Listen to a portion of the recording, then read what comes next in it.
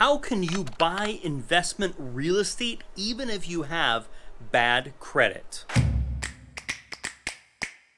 All right, guys, we're going to talk all about investing with bad credit. A lot of people think that having a not so great credit score is really what's going to hold you back. And the fact of the matter is, there's a way to invest in real estate regardless about what your credit is. So let's just start with the worst case scenario. Let's just say your credit's just absolutely horrible.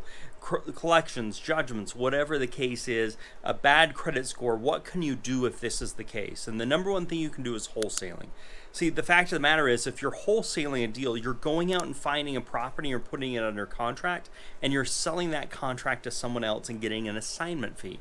With this, you're not having to take a loan, you're not having to have your credit pulled, you're not having to get any of those things done. You're simply assigning a piece of paper that you have under contract from the seller to this new buyer, and you're getting a fee in the middle of that transaction. Now, that's only going to get you so far in your real estate investment, and you're gonna have a really hard time establishing cash flow if your credit's really poor. So if that's the case, you want to use those assignment fees and wholesale fees in order to pay down and to get your credit into good shape so you can build up to some of these other ways. But I don't want to hear bad credit ever as an excuse as to why you haven't gotten started in real estate investing, because wholesaling works for anybody regardless of the situation.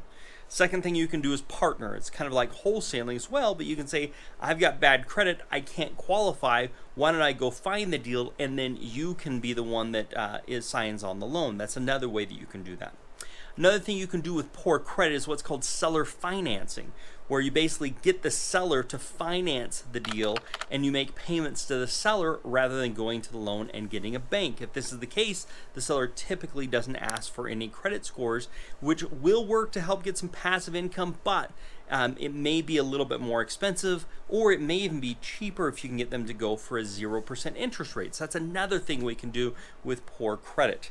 The next thing is, if your credit's not great, but it's not amazing, you can do fix and flips. You see, hard money lenders are not concerned necessarily about the credit score. What they're concerned about is that you don't have any judgments, you don't have any collections, and you're not in the middle of a bankruptcy and haven't had any foreclosures.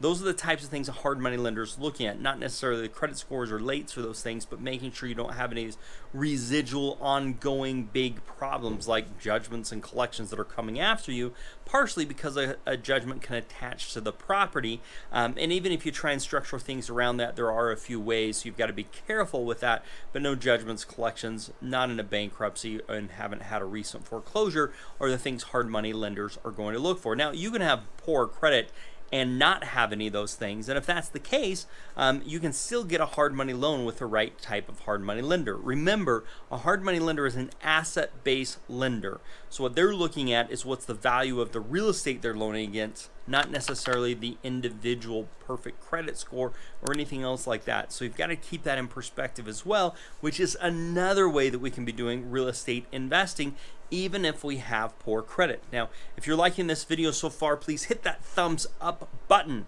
In addition, this is a fantastic question that was asked by one of our subscribers. If you've got a question you'd like to have me answer, type it in the comments below and I'll create a video just like this.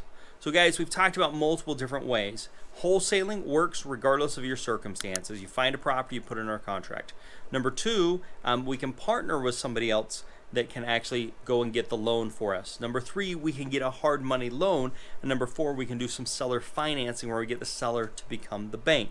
So in essence, there's really nothing that should be holding you back from doing a deal if you've got poor credit.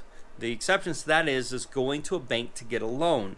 Going to a bank to get a loan is going to be difficult, or the exception is going to be if you have collections judgments in the middle of a bankruptcy or have a recent foreclosure, and if that's the case, it's going to prevent you from getting a hard money loan. So then you've got to either partner with somebody or you've got to wholesale the deal. Those are going to be your two options.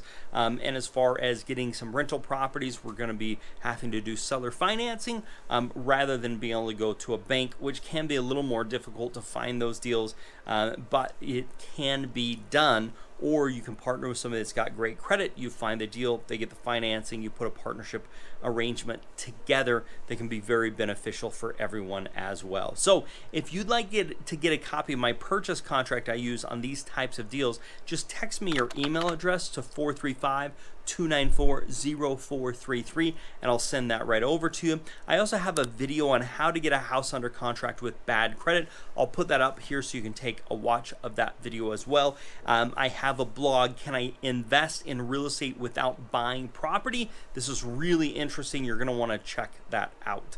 Otherwise, make it a very profitable day, and bye for now.